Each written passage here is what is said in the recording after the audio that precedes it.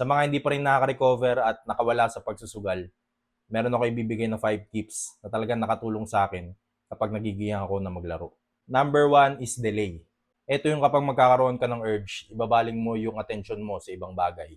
Hanap ka ng ibang pagkakabalahan. Like ako, nagre-restore lang ako ng sapatos, nanonood ng movie, or minsan tinutulog ko na lang.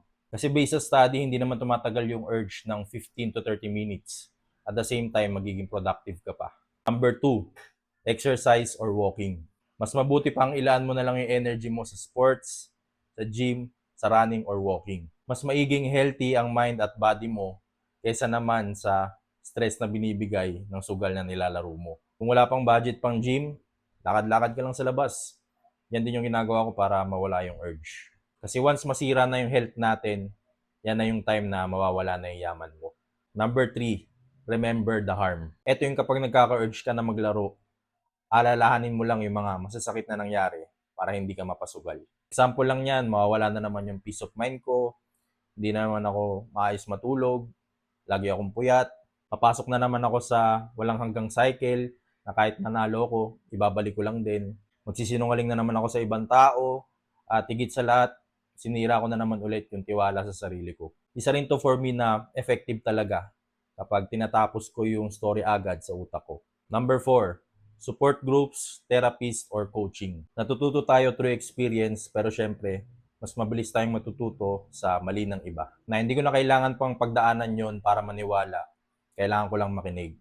Kung wala pang budget, syempre naintindihan naman natin na tumitigil lang ang sugarol kapag wala na siyang pantaya. Meron dyan mga support group na wala namang bayad. And kung meron man, I suggest therapist talaga or coach kasi mag-guide nila kayo ng one-on-one. At kung meron ka talagang budget or galing ka sa mayamang pamilya, ang pinaka-suggestion ko talaga is rehab na. Last, number 5 na for me na pinaka-importante talaga ay pagpe-pray at pagbabasa ng Bible. Nung nagbasa ulit ako ng Bible at naintindihan ko yung scripture, andun na yung guilt na hindi na talaga bumalik sa pagsusugal. Actually, hindi lang pagsusugal, pati sa mga ibang bagay na nakakasama. Kasi for me, yung gambling addiction talaga, hindi lang siya physical and mental. Meron din talagang spiritual warfare. Kasi yung sugal, galing talaga yan sa demonyo. Nagdi-disguise siya na laro lang, pero unti-unti na palang sinisira yung buhay mo. At hindi rin talaga kakayanin ng willpower natin na makawala sa pagsusugal. Kailangan din natin ang tulong ni Lord. So yun lang guys, I hope makatulong sa inyo. At syempre, bonus din. Meron ako introduce sa inyo na local bet blocker. At nakakatulong to kasi hindi mo na ma-access yung mga sugal online. Mapa-apps or site man yan. This app is called Bantay Pusta app. Ang nagustuhan ko dito sa app na to kasi meron siyang community na pwede kayong mag-usap-usap doon.